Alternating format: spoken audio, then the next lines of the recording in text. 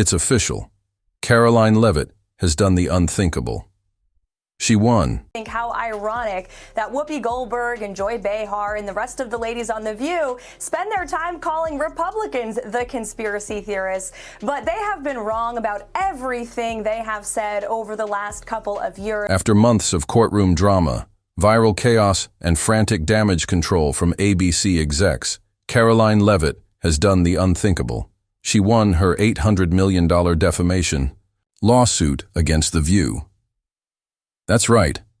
The once invincible daytime powerhouse has just taken its biggest hit ever. Whoopi Goldberg, Joy Behar, and Sunny Hostin are stunned, their credibility shaken, and their network in full crisis mode. But Karoline didn't just win. She changed the game entirely. This isn't just a personal victory. It's a cultural turning point where someone finally stood up to legacy media and said, "Enough." So how did we get here?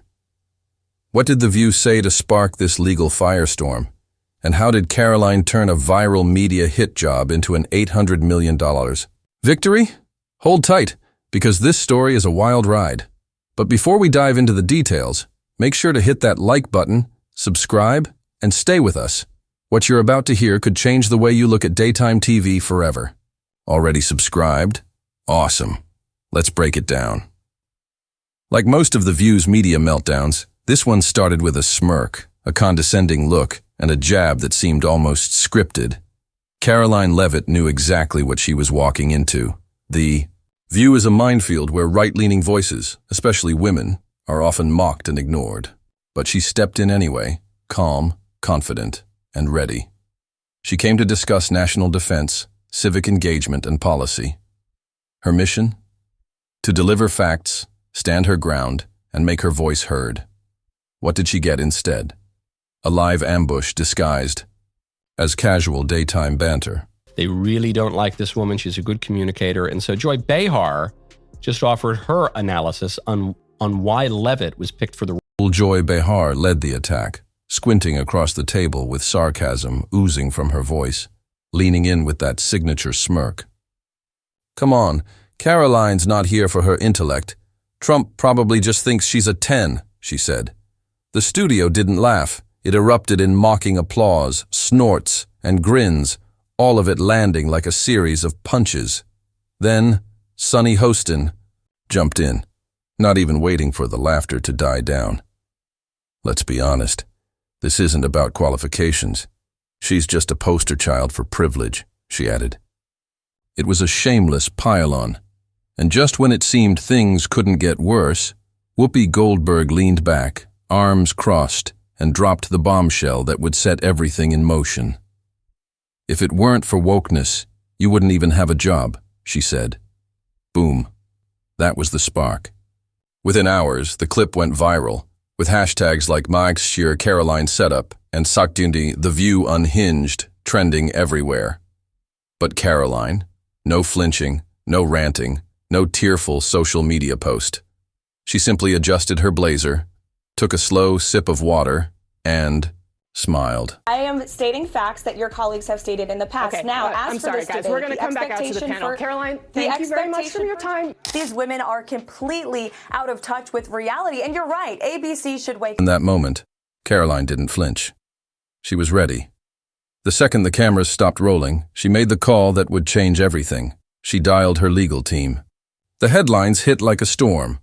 Karoline Leavitt sues The View for $800 million, ABC in crisis after explosive defamation lawsuit, and conservative powerhouse drops legal bombshell on daytime TV. Just like that, the smirks disappeared. This wasn't some Twitter drama or partisan disagreement. This was full-blown war.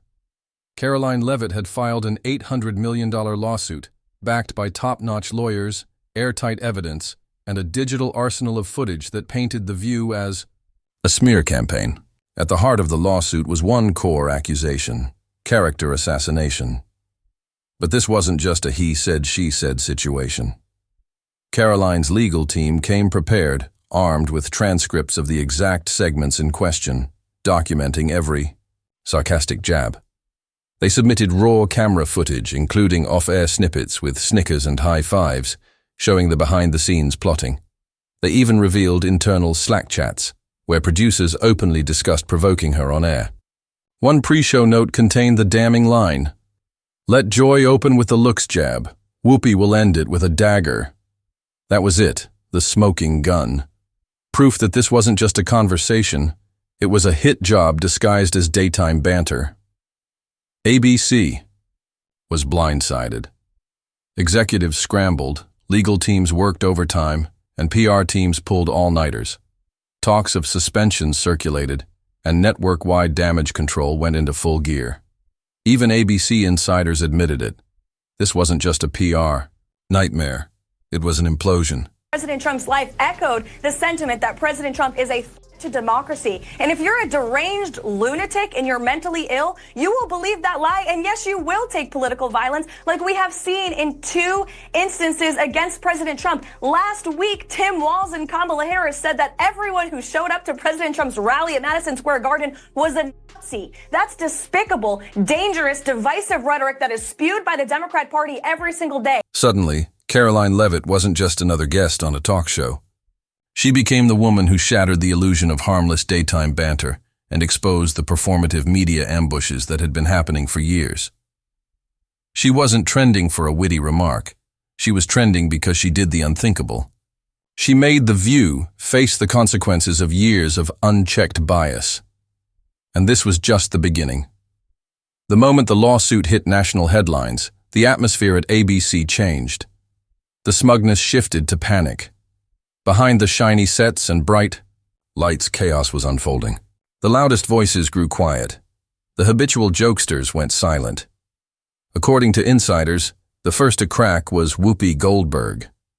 That's right, Whoopi, the queen of comebacks, the legendary moderator who used to brush off controversy like it was nothing. Not this time. Word is, Whoopi reached out to a former colleague with connections to both her and Karoline asking, "Can we meet? Just talk? We don't have to let this get worse."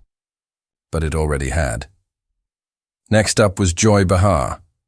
On air, she's known for her boldness and fearless opinions, but behind closed doors, the vibe was completely different. Sources say Joy personally called one of Karoline's lawyers, asking if there was any way to settle this quietly. She even suggested drafting a statement, or possibly issuing a public apology, an act of desperation. And then there was Sunny Hostin, who didn't bother with any pleasantries. She went straight into damage control, crunching numbers, and consulting. Privately with her own legal team, separate from ABC's. Being the only trained attorney at the table, she understood the stakes quickly. Sources say she was genuinely worried about personal liability and asked multiple times if there was a way to be removed from the lawsuit altogether. But Karoline's legal team didn't budge. While The View scrambled to put out the flames, Karoline's camp stayed calm and strategic, carefully fueling the fire. Isn't it rich that The View is saying she got the job based on looks when DEI is all about based on looks?